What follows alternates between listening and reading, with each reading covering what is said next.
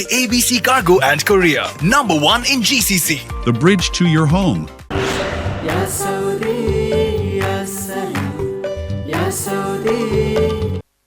കാത്തിരിപ്പിന്റെ 20 ആണ്ടുകൾ കഴിഞ്ഞിട്ടും അബ്ദുൾ റഹീമിന് നാടടയാൻ ഇനിയും കാത്തിരിക്കണം.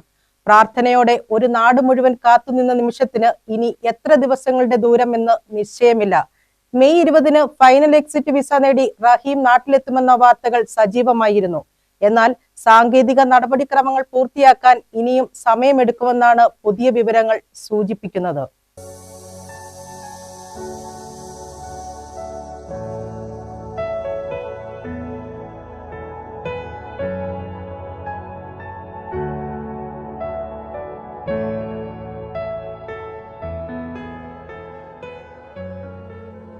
സൗദി അറേബ്യയിൽ സ്പോൺസറുടെ മകൻ അനസ് അൽ ഷഹരി മരിച്ച സംഭവത്തിൽ 20 വർഷത്തെ തടവ് ശിക്ഷ പൂർത്തിയാക്കിയ കോഴിക്കോട് കോടാമ്പുഴ സ്വദേശി അബ്ദുൾ റഹീമിന്റെ മോചനവും നാട്ടിലേക്കുള്ള മടങ്ങിവരവും വീണ്ടും നീളുന്നു. മെയ് 20-ന് ഫൈനൽ എക്സിറ്റ് വിസ നേടി റഹീം നാട്ടിലേക്ക് തിരിക്കുമെന്ന പ്രതീക്ഷയിലായിരുന്നു കുടുംബവും നാട്ടുകാരും. എന്നാൽ സാങ്കേതികവും നിയമപരവുമായ ഒട്ടനവധി സങ്കീർണ നടപടിക്രമങ്ങൾ ഇനിയും ബാക്കിയുള്ളതിനാൽ റഹീമിന്റെ മടക്കയാത്രയ്ക്ക് ദിവസങ്ങളോ ആഴ്ചകളോ വേണ്ടിവരുമെന്നാണ് നിയമവൃത്തങ്ങൾ സൂചിപ്പിക്കുന്നത്. മെയ് 19-ാം തീയതി അർദ്ധരാത്രിയോടെയാണ് അബ്ദുൾ റഹീമിന്റെ 20 വർഷത്തെ തടവ് ശിക്ഷാ കാലാവധി അവസാനിച്ചത്. ലക്ഷക്കണക്കിന് മലയാളികൾ പ്രാർത്ഥനയോടെ കാത്തിരിക്കുന്ന ഈ ശുഭവാർത്തയ്ക്ക് തൊട്ടു പിന്നാലെ റഹീം ഉടൻ നാട്ടിലെത്തുമെന്ന പ്രതീക്ഷ ഉയർന്നു. എന്നാൽ നിയമ നടപടികൾ പൂർത്തിയാകാൻ സ്വാഭാവിക സമയം ആവശ്യമാണെന്ന് റിയാദിലെ റഹീം നിയമസഹായ സമിതി അറിയിച്ചു. ശിക്ഷാ കാലാവധി കഴിഞ്ഞാൽ ഒരാൾക്ക് ജയിലിൽ നിന്ന് പുറത്തിറങ്ങാൻ സുപ്രധാന കടമ്പകൾ കടക്കേണ്ടതുണ്ട്. അബ്ദുൾ റഹീമിനും ഇത് ബാധകമാണ്. 1.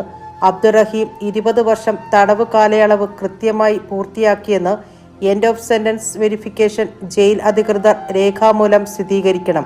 ഇതിന്റെ അടിസ്ഥാനത്തിൽ പ്രിസൺ ഡയറക്ടറേറ്റ് ശിക്ഷാ കാലാവധി പൂർത്തിയായി എന്ന സാക്ഷ്യപത്രം ഇഷ്യൂ ചെയ്യണം. 2. കൊല്ലപ്പെട്ട ബാലന്റെ കുടുംബം ദിയാദനം സ്വീകരിച്ച് കോടതിയിൽ സമർപ്പിച്ച മാപ്പ് സംബന്ധിച്ച രേഖകൾ കോടതി ഒരിക്കൽ കൂടി വിശദമായി പരിശോധിക്കും. ഇതിനുശേഷമേ കോടതി ഔദ്യോഗിക മോചന ഉത്തരവ് റിയാദ് ഗവർണറേറ്റിന് കൈമാറുകയുള്ളൂ. ഇതാണ് രണ്ടാമത്തെ കടമ്പ. 3. മോചന ഉത്തരവ് ലഭിച്ചാൽ റിയാദ് ഗവർണറേറ്റ് റഹീമിന്റെ പേരിൽ സിവിൽ കേസുകളോ സാമ്പത്തിക ബാധ്യതകളോ ഇതര സ്വകാര്യ പരാതികളോ നിലവിലില്ലെന്ന് ഉറപ്പുവരുത്തും. ഇതിനുശേഷം മാത്രമേ ജയിലിൽ നിന്ന് നാടുകടത്തൽ കേന്ദ്രത്തിലേക്ക് മാറ്റാൻ ഉത്തരവിടുകയുള്ളൂ. 4. നാടുകടത്തൽ കേന്ദ്രത്തിലെത്തിച്ച ശേഷം സൗദി എമിഗ്രേഷൻ വകുപ്പ് റഹീമിന്റെ വിരലടയാളം ശേഖരിക്കും.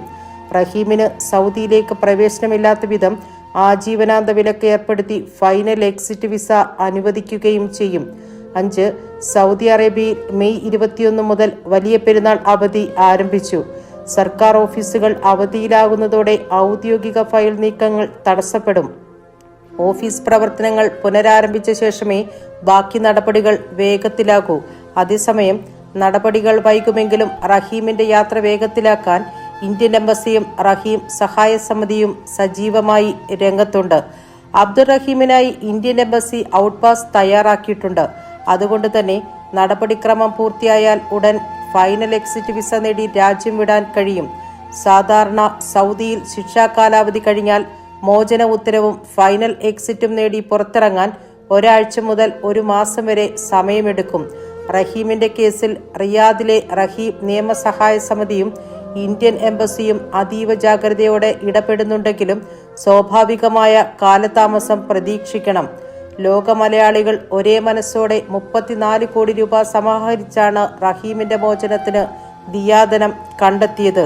അതുകൊണ്ട് തന്നെ നിയമക്കുരു കഴിഞ്ഞ് അബ്ദുൾ റഹീം കോഴിക്കോട്ടെ സ്വന്തം ഉമ്മയുടെ അടുത്തേക്ക് മടങ്ങിയെത്തുന്ന സുദിനത്തിനായി മലയാളി സമൂഹം ആകാംക്ഷയോടെ കാത്തിരിക്കുകയാണ്. ഒപ്പം